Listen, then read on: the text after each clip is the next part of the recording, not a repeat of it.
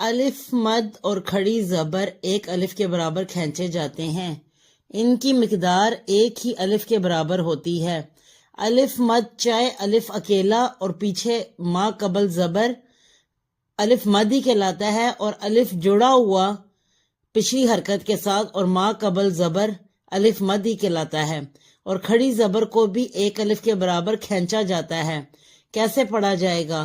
کاف زبر الف قا، لام زبر لا، قال، قال، کاف کھڑی زبر کا، لام زبر لا، قال، مالکی، مالکی، مالکی، آدم، آمن، کتاب، کتاب،